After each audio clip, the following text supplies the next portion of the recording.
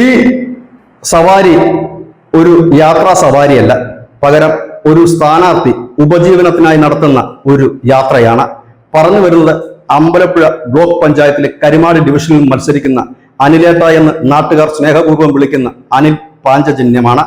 അദ്ദേഹം സ്ഥാനാർത്ഥി കൂടിയാണ്. പക്ഷെ ഈ സ്ഥാനാർത്ഥിയെ ജനത്തിന് പരിചയപ്പെടുത്തേണ്ട കാര്യമില്ല. മറ്റു സ്ഥാനാർത്ഥികൾ ദിവസവും വീടുകൾ കയറിയിറങ്ങി മറക്കരുതേ എന്ന് പറയുമ്പോൾ ജനത്തിന് മറക്കാൻ കഴിയാത്തൊരു സ്ഥാനാർത്ഥിയാണ് BJPയുടേതെന്ന് എടുത്തു പറയണം. കാരണം രാവിലെയും വൈകുന്നേരവും ഇവർക്ക് പാലെത്തിക്കുന്നത് ഈ സ്ഥാനാർത്ഥിയാണ്.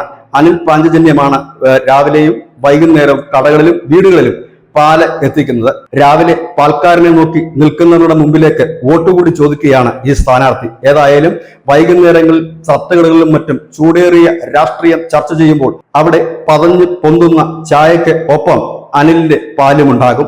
ഇവിടെയും രാഷ്ട്രീയം ചർച്ചയാണെങ്കിലും രാഷ്ട്രീയത്തിന് അതീതമായി വോട്ട് സമാഹരിക്കുവാൻ ഈ സ്ഥാനാർത്ഥിക്ക് കഴിയും.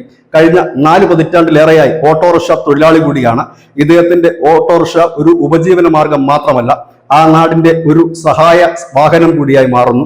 അതായത് രാഷ്ട്രീയം ഉപജീവനമല്ല, പകരം ഉപജീവനത്തിലൂടെ പൊതുപ്രവർത്തനമാണ് അനിൽ കഴിഞ്ഞ 4-5 പതിറ്റാണ്ടുകളായി ഇവിടെ കാഴ്ചവെക്കുന്നത്. അതുകൊണ്ട് തന്നെ ഈ തെരഞ്ഞെടുപ്പിൽ ഏറെ പ്രതീക്ഷയാണ് BJPക്ക്.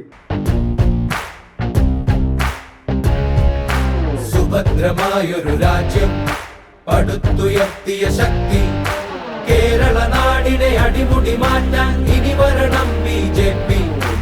ഇടതല്ലെങ്കിൽ വലത്, വലതല്ലെങ്കിൽ ഇടത്, തിരഞ്ഞെടുത്തു മടുത്ത ജനത്തിന് പ്രതീക്ഷ ഇനി BJP, പ്രതീക്ഷ ഇനി BJP.